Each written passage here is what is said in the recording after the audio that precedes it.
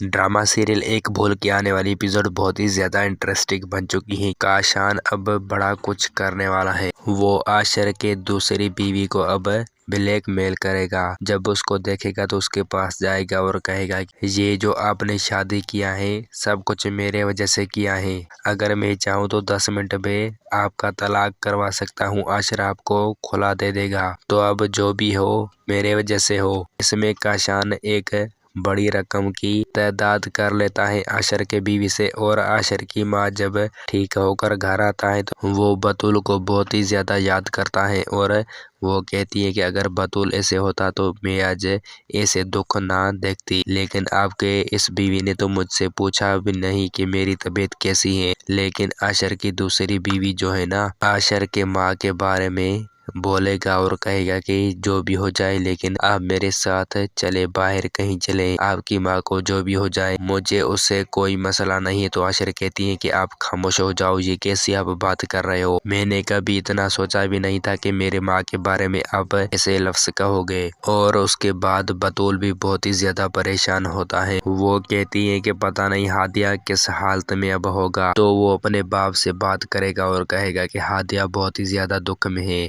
सुबह खुला और शाम को अपने घर जाती है तो उसको खुला नहीं बोलते हैं। तो सिराज कहता है कि मैंने कब उसको कहा था कि मेरे घर वो छोड़ जाए, और उसने खुद अपनी जिंदगी के साथ ऐसे हालत बनाया है। उसके बाद सिराज की बीवी जो है ना अब साहिल को कहेगा कि आपके और बतूल के बीच में जो हुआ था, अब सिराज अहमद वो याद करके रातों का रात रोता है और वो कहता है कि मुझे ऐसा नहीं करना चाहिए था।